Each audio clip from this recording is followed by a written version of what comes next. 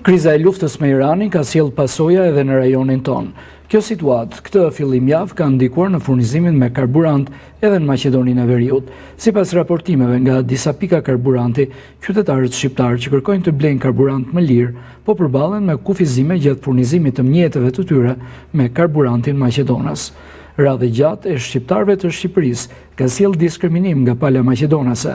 Burime nga terreni bëjnë me di se një shtetes shqiptar mund të furnizohet vetëm me 7 deri 15 litra naftë, pra afërsisht me një pagesë rreth 1000 denar, ndërsa për qytetarët vendas, pra maqedonasit, furnizimi vazhdon pa kufizime. Në disa pika karburanti janë raportuar edhe raste ku shtetas shqiptar kanë refuzuar të furnizohen duke krijuar pakënaqësi dhe tension. Aktualisht, çmimi i një litri nafte është rreth 72 denar, ndërkohë që tregtarët Maqedonas paralajmërojnë se nga dita e martë pritet një tjetër rritje e çmimit për shkak të situatës paqëndrueshme në tregun ndërkombëtar. Qytetarët shqiptar shprehen të shqetësuar për zhvillimet e fundit dhe kërkojnë masa më të qarta nga fqinjet, por edhe të drejta për të shmangur diskriminimin dhe për të garantuar furnizim të barabartë për të gjithë.